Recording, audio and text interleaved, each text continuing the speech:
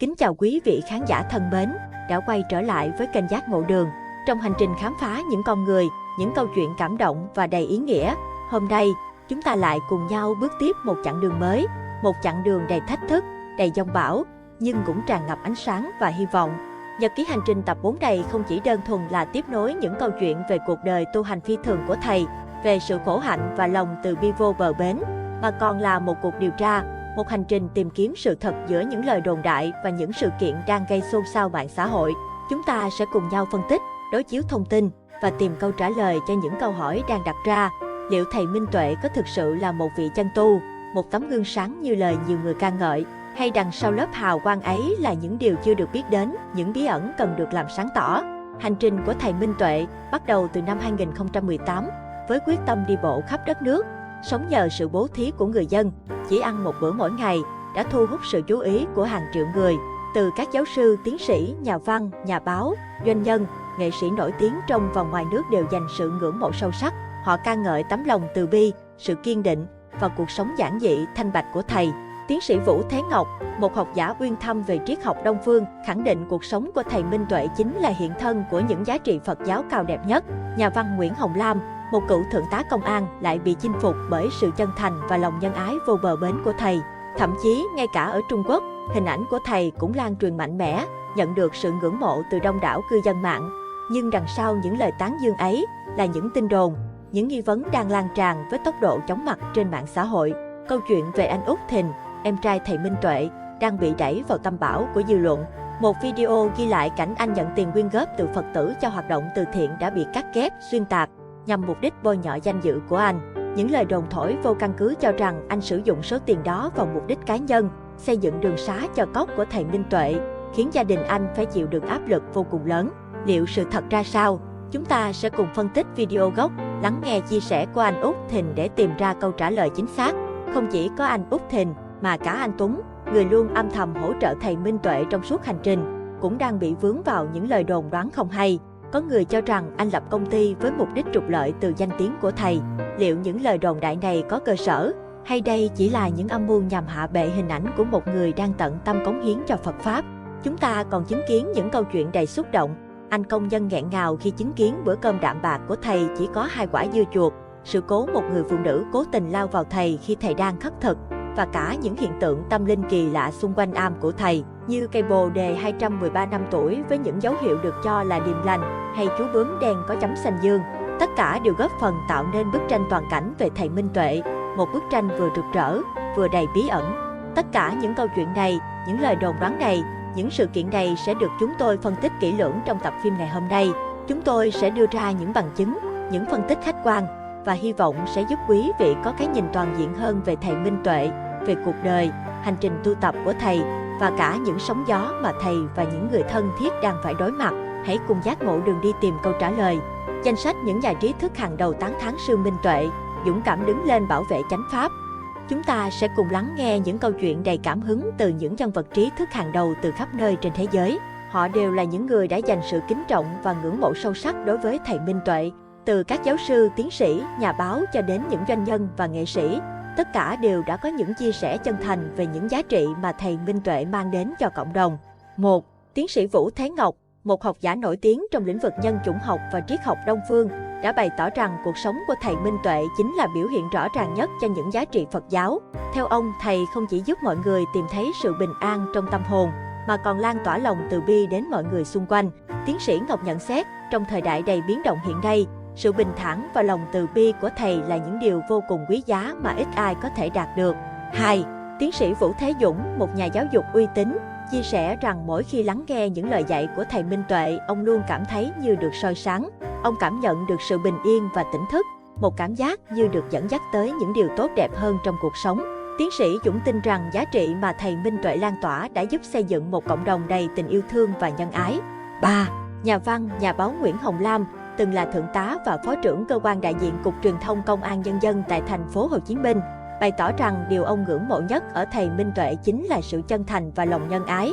Đối với ông, thầy Minh Tuệ không chỉ là một vị tu hành, mà còn là một người thầy, một người anh và một người bạn đáng tin cậy, luôn mang lại sự bình yên cho những ai tìm đến. 4. Doanh nhân Trần Quốc Quân, hiện đang sinh sống và làm việc tại Ba Lan, chia sẻ rằng hình ảnh của thầy Minh Tuệ là biểu tượng của sự thanh khiết và giản dị. Dù ở xa quê hương, nhưng mỗi khi nghe kể về những câu chuyện của thầy, anh cảm nhận như có một sợi dây vô hình kết nối với quê nhà. Những câu chuyện bình dị mà thầy chia sẻ đã truyền cảm hứng cho anh viết nên những bài học cuộc sống đầy ý nghĩa. 5. Biên kịch Đỗ Trí Hùng, người đóng góp xây dựng chương trình Táo Quân, nhận xét rằng giữa những biến động của cuộc sống, thầy Minh Tuệ như một điểm tựa vững chắc cho mọi người. Với anh, thầy Minh Tuệ đã giúp anh hiểu rằng lòng từ bi không phải là điều xa xôi mà nằm ở những hành động nhỏ bé hàng ngày. Đối với anh, thầy Minh Tuệ là một người bạn đồng hành đáng quý trong mọi khó khăn của cuộc đời. 6. Luật sư Nguyễn Danh Huế, một trong những luật sư nổi tiếng của Việt Nam, chia sẻ sự kính phục đối với tấm lòng bao dung và sự dũng cảm của thầy Minh Tuệ. Ông cho rằng, dù đối mặt với nhiều thử thách, thầy vẫn kiên định trên con đường lan tỏa yêu thương và sự tha thứ. Những lời dạy của thầy đã giúp luật sư Huế nhận ra giá trị của lòng khoan dung và sự hiểu biết đối với những nỗi đau của người khác. 7. Ca sĩ, diễn viên Tina Tình cũng bày tỏ sự kính trọng đối với thầy Minh Tuệ. Cô chia sẻ rằng gặp thầy là một bước ngoặt trong cuộc đời mình. Thầy đã giúp cô tìm lại được sự bình yên mà cô tưởng đã mất và chỉ dẫn cô cách buông bỏ những điều không cần thiết để sống thanh thản hơn. Với cô, thầy Minh Tuệ không chỉ là một người thầy, mà còn là người đã giúp cô nhìn thấy bản thân một cách rõ ràng hơn. 8. Nguyên Thứ trưởng Bộ Ngoại giao Nguyễn Thanh Sơn, một người có nhiều kinh nghiệm trong ngành ngoại giao, cho rằng những giá trị mà thầy Minh Tuệ lan tỏa không chỉ mang lại sự bình an cho cá nhân mà còn xây dựng một cộng đồng đoàn kết, thịnh vượng. Những lời dạy của thầy đã làm cho ông cảm thấy nhẹ nhàng và tràn đầy năng lượng tích cực hơn. 9. Tiến sĩ Đoàn Giảng Bảo, một chuyên gia tâm lý tội phạm, chia sẻ rằng ông đã từng gặp nhiều người trong những hoàn cảnh khó khăn, nhưng thầy Minh Tuệ là một người rất đặc biệt. Thầy đã dạy cho ông cách thấu hiểu và yêu thương mọi người một cách vô điều kiện. Những lúc gặp khó khăn, ông luôn nhớ đến sự hiện diện ấm áp và lắng nghe chân thành của thầy. 10. Luật sư Lê Ngọc Luân cũng chia sẻ rằng thầy Minh Tuệ là nguồn cảm hứng cho ông về lòng từ bi và sự can đảm trong cuộc sống. Trong mỗi vụ án mà ông tham gia, lời dạy của thầy về tình yêu thương và sự tha thứ luôn là kim chỉ nam, nhắc nhở ông rằng mọi người đều xứng đáng được đối xử. Căng, Út thình lộ chứng cứ từng nhận tiền của Phật tử, thực hư câu chuyện thế nào? Chúng ta cùng nhau tìm hiểu về một câu chuyện đang gây nhiều tranh cãi trên mạng xã hội xoay quanh anh Út Thìn, em trai của Sương Minh Tuệ. Là một thiện nguyện viên tận tụy, anh Út Thìn luôn hết lòng vì cộng đồng, đặc biệt là với những Phật tử đang gặp khó khăn. Thế nhưng gần đây, một số tin đồn không đúng sự thật về việc anh nhận tiền từ các Phật tử đã khiến gia đình anh phải đối mặt với không ít áp lực. Chuyện bắt đầu khi anh Út Thìn đăng tải một video về chuyến đi thiện nguyện ở miền Bắc nhằm giúp đỡ bà con vùng lũ. Video này ghi lại hành trình đầy ý nghĩa của anh khi anh đến cốc của thầy Minh Tuệ để cầu an trước khi xuất phát, mong cho mọi việc thuận lợi, giúp anh có thể tận tay trao quà hỗ trợ đến những người dân chịu thiệt hại từ thiên tai. Trong đoạn phim còn có khoảnh khắc hai Phật tử đến cốc, tự nguyện phát tâm đóng góp một số tiền nhỏ với mong muốn được cùng anh sẻ chia phần nào khó khăn với bà con vùng lũ. Họ chân thành nói, chúng tôi rất tin tưởng anh Thìn. Những gì anh làm đều xuất phát từ lòng tốt và tình thương. Tuy nhiên, sự việc bất ngờ rẽ sang hướng khác khi một số cá nhân đã cắt ghép, chỉnh sửa video này, tung ra những thông tin sai lệch trên mạng xã hội. Những lời đồn thổi cho rằng anh Thìn nhận tiền từ các Phật tử để xây dựng con đường vào cốc của thầy Minh Tuệ khiến cộng đồng mạng không khỏi xôn xao. Đứng trước những lời đồn đoán thiếu căn cứ này, anh Út Thìn chia sẻ với sự bức xúc. Chúng tôi đã công khai mọi chi tiết trong video, không hề có điều gì phải che giấu. Nhưng thật đáng tiếc khi một số người lại bóp méo sự thật như vậy. Với anh Út Thìn, làm thiện nguyện là một hành động xuất phát từ trái tim, không vì bất kỳ lợi ích cá nhân nào. Anh tâm sự, tôi chưa từng nghĩ đến chuyện nhận tiền của ai để phục vụ cho bản thân. Những đóng góp từ các Phật tử là tấm lòng sẻ chia giữa con người với con người. Tôi chỉ là người đại diện, mang những tình cảm đó đến những nơi cần thiết nhất. Chính vì thế, khi nghe những tin đồn vô căn cứ về việc mình nhận tiền xây đường, anh không khỏi cảm thấy buồn lòng và lo lắng cho danh dự của bản thân cũng như gia đình. Không chỉ dừng lại ở đó, một số người còn lan truyền rằng anh Thìn đã nhận một số tiền lớn từ nhiều nguồn khác nhau với mục đích riêng tư, làm ảnh hưởng không nhỏ đến hình ảnh và uy tín của anh. Những lời đồn đại không có chứng cứ đã đẩy gia đình anh vào hoàn cảnh căng thẳng. Họ có biết rằng những lời nói vô căn cứ. Mạng xã hội Trung Quốc bất ngờ lan tỏa hình ảnh Sương Minh Tuệ. Không ngờ số đông đã phản ứng ấm lòng và tích cực mạnh mẽ đến như vậy. Những ngày gần đây, mạng xã hội Trung Quốc bất ngờ rộ lên hình ảnh của Sư Thích Minh Tuệ, một vị tu sĩ Việt Nam sống theo lối khổ hạnh, khiến cộng đồng mạng không khỏi bất ngờ và xúc động trước tinh thần tu hành của thầy. Quý vị có biết không, không chỉ người Việt Nam mà ngay cả cư dân mạng Trung Quốc cũng rất quan tâm đến vị sư này. Nhiều người đã tìm hiểu và chia sẻ thông tin về thầy, khiến hình ảnh của Sư Minh Tuệ lan tỏa một cách tích cực và đầy ấm lòng trên khắp các nền tảng trực tuyến. Một đoạn video xuất hiện trên mạng xã hội Trung Quốc đã nhận được hàng chục nghìn lượt bình luận và chia sẻ. Trong đó, nội dung giới thiệu về sư Thích Minh Tuệ, một nhà sư nổi tiếng và được kính trọng tại Việt Nam. Thầy Minh Tuệ được biết đến với cuộc sống khổ hạnh, tu theo hạnh đầu đà, bắt đầu hành trình đi bộ khắp đất nước từ năm 2018. Điều đặc biệt là suốt hành trình ấy, thầy không sử dụng tiền, chỉ sống nhờ sự bố thí của người dân. Mỗi ngày chỉ ăn một bữa, mặc áo cà sa giản dị do chính tay mình may và nghỉ ngơi dưới gốc cây hay những nơi hoang sơ. Đây chính là cách thực hành theo hạnh khổ hạnh của các vị tu sĩ Phật giáo thổ ban đầu, nuôi dưỡng sự khiêm nhường và phát triển tâm linh. Cộng đồng mạng Trung Quốc đã để lại nhiều bình luận tích cực, đầy sự kính trọng dành cho thầy. Họ chia sẻ rằng những người thực hành khổ hạnh đều rất đáng tôn vinh, vì họ tin rằng sự đau khổ mà họ gánh chịu sẽ làm giảm bớt phần nào nỗi khổ cho thế gian. Một người dùng viết rằng, anh ấy là người tu khổ hạnh chân chính. Họ từ bỏ những nhu cầu vật chất để hướng đến sự giải thoát tâm linh. Điều này thật sự rất đáng kính. Một người khác xúc động kể lại, năm ngoái, khi về quê, tôi cũng thấy một nhà sư đi bộ trên đường. Tiếc là lúc đó tôi đã không dừng lại để trao cho ông một chai nước. Có rất nhiều bình luận ca ngợi sự chân thành và đôi mắt trong sáng của thầy Minh Tuệ. Một người dùng nhớ lại hình ảnh thầy như là hiện thân của các vị tu sĩ thời Đức Phật cách đây hơn 2.600 năm. Họ kể lại nụ cười và ánh mắt của ông ấy khiến tôi hiểu rằng về mặt vật chất, ông ấy còn khổ hơn nhiều người, nhưng về mặt tinh thần, ít ai có được sự thanh thản như vậy. Cũng có người nhớ đến những tu sĩ khổ hạnh ở Trung Quốc, nhận ra rằng những giá trị này đã ăn sâu vào tâm thức của những người tìm kiếm con đường giải thoát. Một câu chuyện cảm động khác được chia sẻ từ một người Trung Quốc từng gặp một vị tu sĩ tương tự. Anh kể, khi tôi còn nhỏ, tôi đã gặp một tu sĩ lang thang mặc áo rách, xin một bát cơm thừa. Dù vậy, ông ấy vẫn đứng dậy cảm ơn chúng tôi trước khi ra về. Ánh mắt hiền từ và sáng ngời như một ngọn đèn soi sáng lòng người. Sự xuất hiện của sư Minh Tuệ không chỉ gây ấn tượng mạnh mẽ trong cộng đồng Phật tử mà còn thu hút sự chú ý của những người ngoài đạo. Họ nhận thấy rằng hình ảnh thầy Minh Tuệ đang mang lại một làn gió mới, giống như dòng suối trong mát, giúp hàng triệu người nhìn thấy rõ hơn con đường chân lý của Phật giáo. Không phải ngẫu nhiên mà thầy nhận được sự chào đón và kính trọng từ nhiều nơi trên thế giới. Những hình ảnh giản dị của thầy gợi nhớ về tăng đoàn của Đức Phật trong những ngày đầu truyền bá giáo lý, khi họ đi khất thực và sống một cuộc đời khổ hạnh. Một cư dân mạng Trung Quốc đã kể lại kỷ niệm về một tu sĩ trên chuyến tàu cao tốc. Người không nhận bất cứ món ăn nào vì không ai cúng dường. Trong đôi mắt của anh ấy, không có chút ham muốn hay dục vọng nào. Đó là ánh mắt anh công nhân sững sờ trước nồi cơm chỉ có 2 quả dưa chuột, xót xa đến nghẹn lòng khi nghe câu nói của thầy Minh Tuệ. Một buổi chiều muộn, sau một ngày dài làm việc vất vả, anh công nhân chạy xe về nhà. Trên mặt anh lộ rõ vẻ mệt mỏi. Khi đến gần cây cầu nhỏ, anh bất chợt nhìn thấy một người mặc áo cà sa sặc sỡ, tay cầm túi nhỏ, dáng vẻ bình dị nhưng toát lên sự trang nghiêm. Dường như có một điều gì đó đặc biệt khiến anh phải dừng xe lại, tắt máy rồi tiến đến gần. Dạ, con chào thầy ạ. Thầy đang đi đâu vậy ạ? Anh lễ phép hỏi, ánh mắt đầy sự tò mò và quan tâm. Thầy Minh Tuệ quay lại, nở nụ cười hiền từ, đáp, dạ, con đang đi bộ hành thôi. Câu trả lời nhẹ nhàng và khiêm tốn ấy lại càng khiến lòng anh trào dâng sự kính trọng.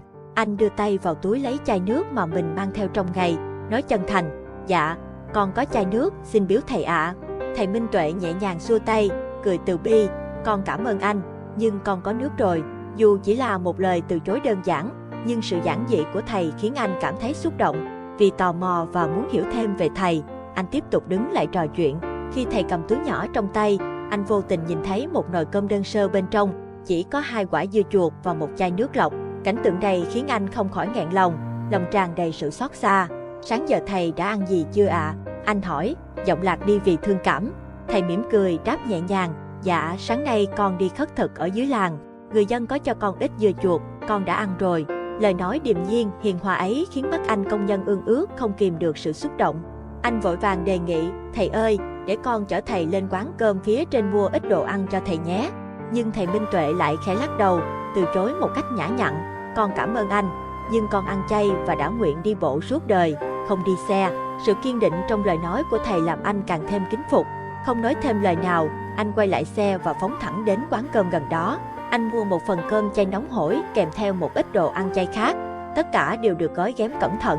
Khi anh quay lại, thầy vẫn đứng đó, dáng vẻ điềm tĩnh và kiên nhẫn. Anh dâng phần cơm chay lên, nở nụ cười ấm áp, dạ, thầy nhận giúp con phần cơm này nhé. Con chỉ muốn gửi chút lòng thành của mình thôi, mong thầy nhận cho con an lòng. Thầy Minh Tuệ chắp tay nhận lấy phần cơm, khẽ cúi đầu cảm ơn, con cảm ơn anh, con rất trân trọng tấm lòng của anh. Đó là lần đầu tiên anh công nhân gặp thầy Minh Tuệ. nhưng cũng là kỷ niệm khó quên. Hình ảnh một vị thầy với đôi chân trần, mặc bộ áo cà sa giản dị, cả ngày gia đình tiết lộ sư Minh Tuệ phải di chuyển đến nơi thiền định khác. Bất ngờ người phụ nữ cố ý lao vào thầy khi đi khất thực. Sáng ngày 16 tháng 11, có thông tin gia đình của thầy Minh Tuệ đã chuẩn bị chu đáo cho việc thầy di chuyển đến nơi thiền định mới. Điều này đã thu hút sự quan tâm lớn từ các Phật tử và những người yêu mến thầy.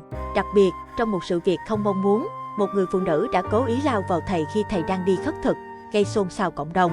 Rất may, nhờ sự can thiệp kịp thời của đội hộ pháp, sự việc không gây tổn hại nghiêm trọng, nhưng cũng là lời nhắc nhở về việc cần giữ gìn sự trang nghiêm khi tham gia những buổi gặp gỡ với thầy. Trong video mới nhất, gia đình thầy Minh Tuệ chia sẻ về quá trình chuẩn bị nơi thiền định mới. Ông bà thân sinh của thầy nhấn mạnh rằng, không gian tại cốc thiền sẽ được bảo vệ nghiêm ngặt nhằm duy trì sự thanh tịnh cho quá trình tu tập. Gia đình mong mọi người khi đến thăm cốc của thầy sẽ không quay phim hay chụp ảnh để giữ được không gian yên bình cho thầy. Bên cạnh đó, ông bà cũng cho biết, nơi thiền định mới hiện đang được sửa chữa và sẽ sớm hoàn tất. Đây sẽ là nơi thầy Minh Tuệ tiếp tục hành trình tu học và thiền định của mình. Gia đình rất mong các Phật tử và người mộ đạo hãy tôn trọng không gian này, giữ sự yên tĩnh và không làm ảnh hưởng đến quá trình tu hành của thầy. Ngoài ra, một sự việc gây chú ý khác là anh Đạo, người luôn hỗ trợ thầy Minh Tuệ, đã phải đối mặt với tin đồn ác ý trên mạng xã hội. Có người cho rằng anh nhận tiền của Phật tử để cho phép vào gặp thầy Minh Tuệ. Anh Đạo đã lên tiếng phủ nhận hoàn toàn những cáo buộc này, khẳng định mọi việc anh làm đều xuất phát từ lòng thành và tự nguyện, không nhận bất kỳ khoản tiền nào. Anh quyết định nhờ cơ quan chức năng làm sáng tỏ sự việc để bảo vệ danh dự. Một nhân vật đáng chú ý khác trong hành trình của thầy Minh Tuệ là anh Tuấn, người luôn âm thầm đồng hành cùng thầy. Từ những ngày đầu thầy bộ hành tại Quế đến khi thầy an cư kết hạ ở Nha Trang, anh Tuấn luôn đứng sau, hỗ trợ mọi mặt để đảm bảo thầy có không gian yên tĩnh nhất cho việc tu học. Anh Tuấn chia sẻ, việc làm của anh không vì danh lợi, mà chỉ mong thầy có thể cống hiến nhiều hơn cho đời. Anh kể lại, tôi không cần gì cả, chỉ muốn thầy có được không gian yên bình nhất. Thầy đã trở thành nơi nương tựa tinh thần cho biết bao người, và tôi luôn sẵn sàng hỗ trợ để bảo vệ sự an yên đó. Ngoài sự chuẩn bị chu đáo của anh Tuấn, gia đình thầy Minh Tuệ cũng luôn chào đón các Phật tử với tấm lòng chân thành. Một Phật tử từng chia sẻ, chúng tôi đến Gia Lai để gặp thầy Minh Tuệ và thật sự bất ngờ trước sự hiếu khách của gia đình thầy. Họ đón tiếp bằng cả tấm lòng, chia sẻ và lan tỏa những giá trị tốt đẹp. Ông bà thân sinh thầy luôn dành thời gian trò chuyện, động viên các Phật tử, mong mọi người cảm nhận được sự bình yên và những giá trị thiện lành khi đến thăm. Họ nhắn nhủ, mong mọi người khi đến đây hãy giữ tâm bình tĩnh, không quay phim chụp ảnh để giữ gìn sự trang nghiêm cho nơi tu hành. Câu chuyện về thầy Minh Tuệ không chỉ là hành trình tu học mà còn là hành trình lan tỏa những giá trị từ bi và kiên nhẫn. Thầy đã trở thành nguồn cảm hứng lớn cho nhiều người bởi sự giản dị và chân thành. Gia đình và những người thân cận luôn cố gắng tạo điều kiện tốt nhất để thầy an tâm tu học, tiếp tục hành trình cao cả của mình. Mong rằng khi đến gặp thầy, mọi người sẽ giữ được sự trang nghiêm và tôn trọng không gian yên tĩnh, để mỗi khoảnh khắc gặp gỡ đều là những giây phút ý nghĩa và tràn đầy năng lượng tích cực. Với sự hợp tác từ cộng đồng, hành trình của thầy Minh Tuệ chắc chắn sẽ tiếp tục lan tỏa những giá trị tốt đẹp đến với mọi người. Phép màu, cây bồ đề 213 năm tuổi, điềm báo tâm linh của sư Minh Tuệ. Câu chuyện về sư Minh Tuệ ngày càng thu hút sự quan tâm của đông đảo Phật tử. Người ta kể rằng, khi nhìn thấy hình ảnh của thầy, họ cảm nhận được sự thanh tịnh, hiền hòa giống như Đức Phật Thích Ca xưa kia. Với lối sống giản dị và lòng từ bi bao la, thầy Minh Tuệ đã trở thành một biểu tượng tâm linh đặc biệt. Những câu chuyện xung quanh thầy không chỉ là những bài giảng sâu sắc về giáo lý nhà Phật, mà còn là những hiện tượng kỳ bí khiến mọi người thêm kính trọng và ngưỡng mộ. Tại am nhỏ của sư Minh Tuệ, có một cây bồ đề cổ thụ 213 năm tuổi được một Phật tử kính mến trồng bên cạnh. Sự hiện diện của cây bồ đề này đã tạo nên nhiều câu chuyện tâm linh mà người dân tin là những điềm báo thiêng liêng. Chẳng hạn như lần cây được cắt tỉa gọn gàng để trồng xuống mảnh đất mới, người ta phát hiện những cành cây vô tình xếp thành hình ấn cát tường, một dấu hiệu thường thấy của Bồ Tát Quan Thế Âm. Hình ảnh này khiến không ít người xúc động, cảm nhận được sự hiện diện của Phật Pháp nơi thầy đang tu tập. Vào ngày 22 tháng 6 năm 2024, khi cây bồ đề cổ thụ được trồng xong, chiếc xe cẩu bất ngờ hết dầu ngay sau khi hoàn tất việc di chuyển cây. Sự việc này làm nhiều người bất ngờ và cho rằng đây là một điềm báo tâm linh, như lời nhắc nhở từ cõi vô hình. Dù chỉ là suy đoán của những người yêu mến thầy, nhưng điều này lại càng củng cố niềm tin rằng sư Minh Tuệ là hiện thân của một bậc chân tu, có khả năng kết nối với thế giới tâm linh. Không chỉ có cây bồ đề, một hiện tượng khác khiến mọi người chú ý là sự xuất hiện của một chú bướm đen có chấm xanh dương, bay lượn quanh căn tròi nhỏ của sư Minh Tuệ. Điều đặc biệt là chú bướm này không hề sợ người, dù xung quanh rất đông người đến đảnh lễ thầy. Mọi người tin rằng đây là dấu hiệu linh thiêng, có thể là hóa thân của một bậc chân tu đã viên tịch như sư Minh Thiện, người vừa mới qua đời. Chú bướm như một biểu tượng của sự kính trọng, luôn theo sát và đánh lễ thầy Minh Tuệ, tạo nên một khung cảnh kỳ diệu giữa không gian tĩnh lặng của rừng núi. Câu chuyện về những hiện tượng lạ xung quanh sư Minh Tuệ ngày càng lan truyền rộng rãi. Một số người dân khi đến thăm căn tròi của thầy đã bày tỏ sự xúc động khi cảm nhận được nguồn năng lượng tích cực và sự yên bình nơi thầy từng tu tập. Họ chia sẻ rằng, dù không thấy tượng Phật hay bất kỳ vật dụng thờ cúng nào, nhưng vẫn cảm nhận rõ ràng sự hiện diện của thầy. Chính những cảm nhận này đã khiến nhiều người thêm yêu mến và tin tưởng vào phước đức cùng sự tu hành chân chính của thầy. Những ai từng có cơ duyên gặp gỡ thầy đều chung một cảm nhận rằng, sư Minh Tuệ là một người chân tu đặc biệt, với cuộc sống vô cùng giản dị. Thầy thường đi chân đất, mặc áo vá, chỉ ăn một bữa mỗi ngày và nghỉ ngơi tại những nơi vắng vẻ như rừng cây hay nghĩa trang. Cuộc sống đơn sơ ấy không chỉ là một lựa chọn, mà còn là cách để thầy thực hành sự từ bi, gieo hạt giống thiện lành vào đời sống của những ai có duyên gặp gỡ. Từ khi xuất gia, thầy luôn dặn dò Phật tử hãy sống với lòng từ bi, tránh xa thói hư tật xấu, hướng tới con đường thiện lành. Thầy mong muốn mang lại hạnh phúc cho mọi người, dù chỉ là qua những lời nói nhẹ nhàng hay những hành động nhỏ bé. Nụ cười hiền từ của thầy như ánh sáng ngọn nến nhỏ, soi rọi vào những tâm hồn còn nhiều u mê, đưa họ về với con đường tu tập chân chính. Không chỉ là một bậc chân tu, sư Minh Tuệ còn là nguồn cảm hứng cho rất nhiều Phật tử. Nhiều người đã quyết định xuất gia, xuống tóc để tu tập theo gương thầy. Họ tin rằng, với sự dẫn dắt của thầy, họ sẽ tìm được con đường giác ngộ và an lạc. Đó là minh chứng rõ ràng cho sức ảnh hưởng của sư Minh Tuệ, một người đã chọn lối sống không giống ai nhưng lại lan tỏa được tình thương và trí tuệ đến khắp mọi nơi. Những câu chuyện về thầy Minh Tuệ, dù là hiện tượng tâm linh kỳ bí hay những bài học giản dị về cuộc sống, đều mang lại niềm tin và sự an lạc cho những ai biết đến thầy. Hình ảnh thầy như một ngọn nến trong đêm tối, chiếu sáng con đường ứa nước mắt anh Tuấn và hành trình giải oan cho thầy Minh Tuệ. Chuyện công ty trục lợi, thực hư ra sao? Trong những ngày sóng gió bủa vây, anh Tuấn đã quyết định dấn thân vào hành trình giúp thầy Minh Tuệ giải oan, bất chấp những lời đồn thổi và thị phi không ngừng lan truyền. Người ta kể rằng, khi thầy Minh Tuệ gặp nhiều khó khăn trên con đường tu hành, anh Tuấn đã chọn đứng bên cạnh thầy, âm thầm hỗ trợ và bảo vệ.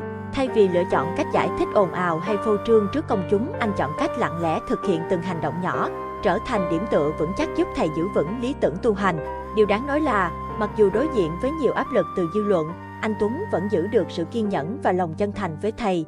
Thời gian gần đây, Ủy ban Nhân dân huyện đã đưa ra một thông báo khẩn khiến nhiều người hoài nghi về liên quan đến công ty Phát Tâm Thiên Định Tuệ mà anh Tuấn sáng lập.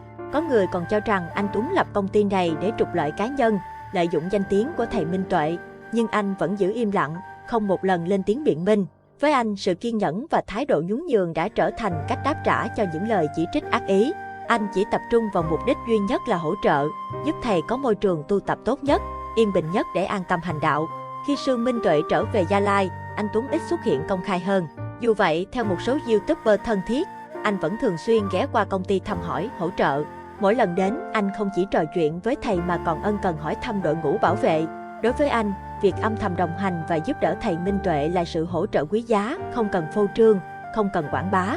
Điều này không chỉ giúp thầy Minh Tuệ giữ được sự tĩnh lặng, tập trung vào con đường tu học mà còn tạo nên một bầu không khí bình yên, thuận lợi cho sự tu tập của thầy.